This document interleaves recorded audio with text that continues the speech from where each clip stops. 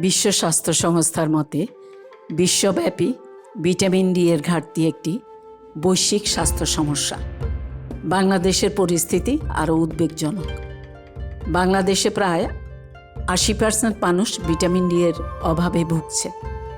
বিশেষ করে ৫ বছরের কম বয়সী প্রতি ৫ জন শিশুর মধ্যে একজন এবং নারীদের মধ্যে প্রায় ২/৩ ভিটামিন ডি এর ঘাটতিতে আক্রান্ত।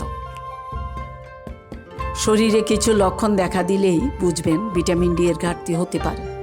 আর সেই লক্ষণগুলো হলো সারাক্ষণ ক্লান্তি লাগা, মাংসপেশি এবং হাড়ের ব্যথা, মন খারাপ বা অবসাদগ্রস্ত হওয়া, রোগ প্রতিরোধ ক্ষমতা কমে যাওয়া, চুল পড়ে যাওয়া, ঘন ঘন ঠান্ডা লাগা, জ্বর হওয়া, ইনফেকশন হওয়া, ক্ষত শুকাতে দেরি হওয়া, হঠাৎ ওজন বেড়ে যাওয়া, মুখে ব্রণ কিংবা স্কিন শুষ্ক হয়ে যাওয়া।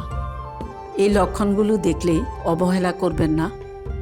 ভিটামিন ডি পরীক্ষা করে ডাক্তারের পরামর্শ অনুযায়ী ভিটামিন ডি সাপ্লিমেন্ট শুরু করুন।